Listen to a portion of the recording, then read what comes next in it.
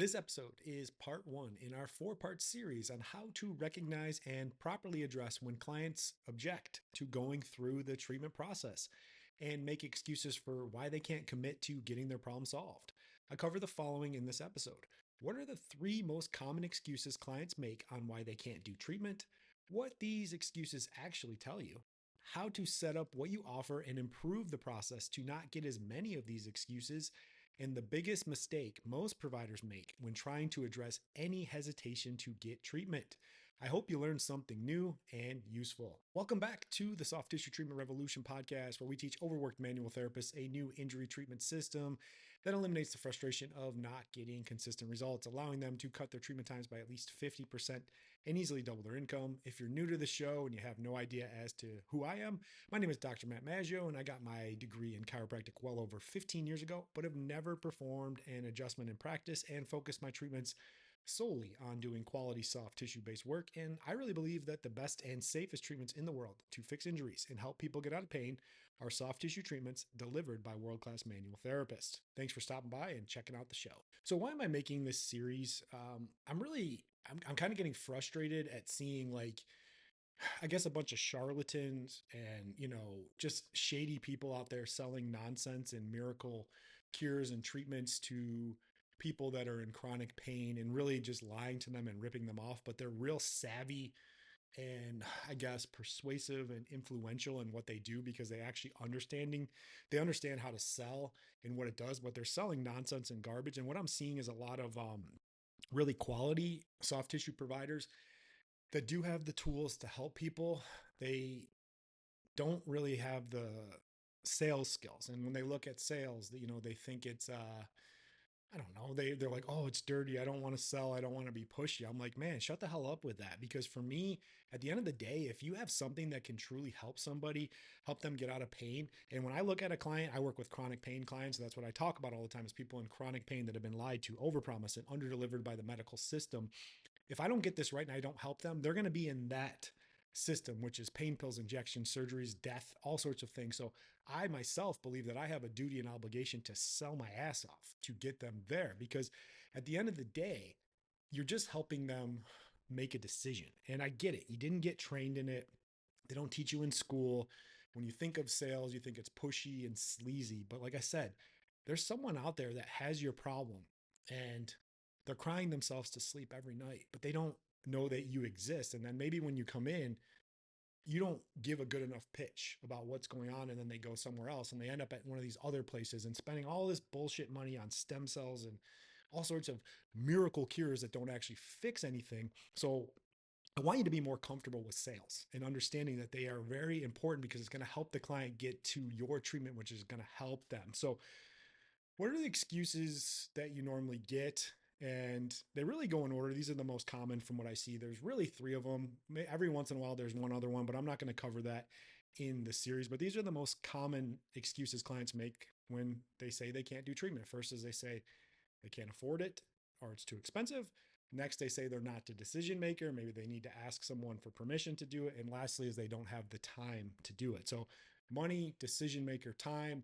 I'd say about 50% of the rebuttals that I see in my practice over 15 years has definitely been money. I'd say another 30% is probably decision maker. And then the last is the time. So when you do get these excuses, I can't even talk. When you get these excuses, they actually tell you something different.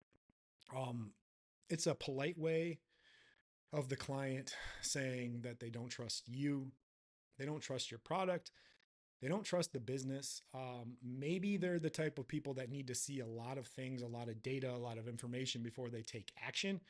Or maybe their pain level just isn't high enough where they want to actually take some action and see this the right way. But they're never going to come right out and be like, hey, I don't trust you. I don't trust that you can solve my problem. I don't think that you can fix it. They're going to say, hey, let me, money's tight right now. The economy's bad, inflation, blah, blah, blah, tariffs, whatever. Or they're going to say, I got to ask my wife. I got to, ask my mom, my dad, my dog, whatever.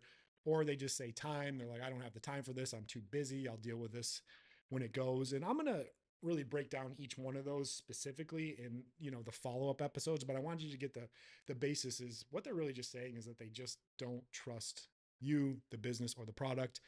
Maybe they haven't been dealing with the problem long enough, and maybe it isn't serious enough where they're not ready to make an investment. So how can you change and set up what you offer and improve the process to not get as many of these excuses? I talk about this all the time. Solve a specific problem. So many providers out there just want to do a bunch of services. Maybe they want to do relaxation, recovery, injury treatment. They're a jack of all trades, master of none. Be a solutions provider, because at the end of the day, I say this all the time, true specialists get paid 10 times more than a generalist. Next is when you're making content.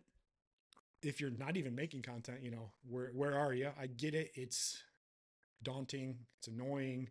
You think you're going to look stupid. I'm going to make a future podcast about like how I specifically make content to attract the right kind of clients that I want to work with that have chronic pain problems. But make educational content that helps them see that you are a solution for their problem. Yeah, they want to see that. They want to say, oh, so-and-so does that. They help fix that. I have a problem. I'm going to reach out to them. Next is qualify the client that you want to work with.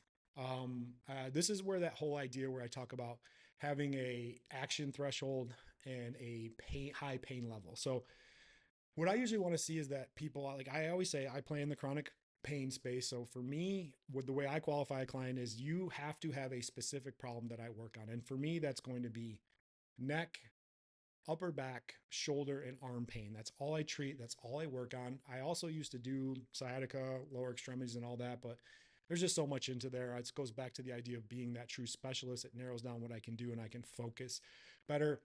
Next problem is they've had to been dealing with it for at least 6 months.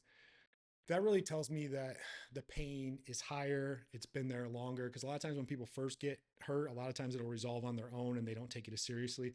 And the last one is I want to see that they've seen at least 2 other providers, maybe a chiro, physical therapist, another massage therapist, acupuncturist, orthopedic doctor.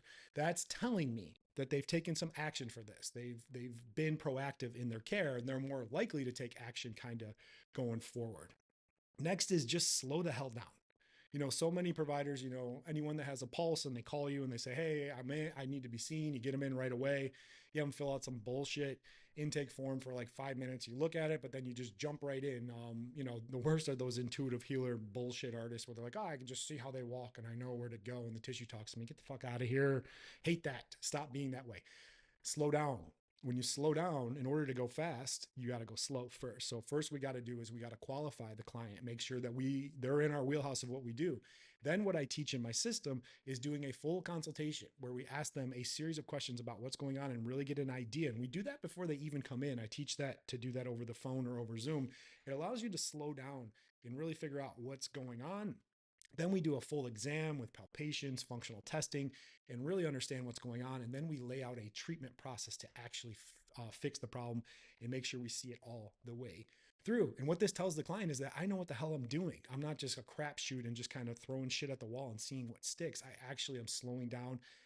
It allows me to be more present as the provider, more focused on actually getting them functioning and moving better so they can eventually feel better. Now, the biggest mistake most providers make when trying to address any hesitation to get treatment, I see this all the time, is you're guilting them and you're asking if their health is a priority. And they're like, oh, well, your Starbucks is $5 a day and going out to dinner and a manicure and that, but you don't pay any money for your health. Like, people don't want to be lectured or talked down to and be like, oh, you don't value your health. Like, you're going to lose a client right away with that shit. Stop making content like that. You look like a freaking moron. And you just look like someone that's complaining and doing that. Yeah, we get it. People aren't making their health a priority, and they wait till it gets really bad and then they want to make a bargain.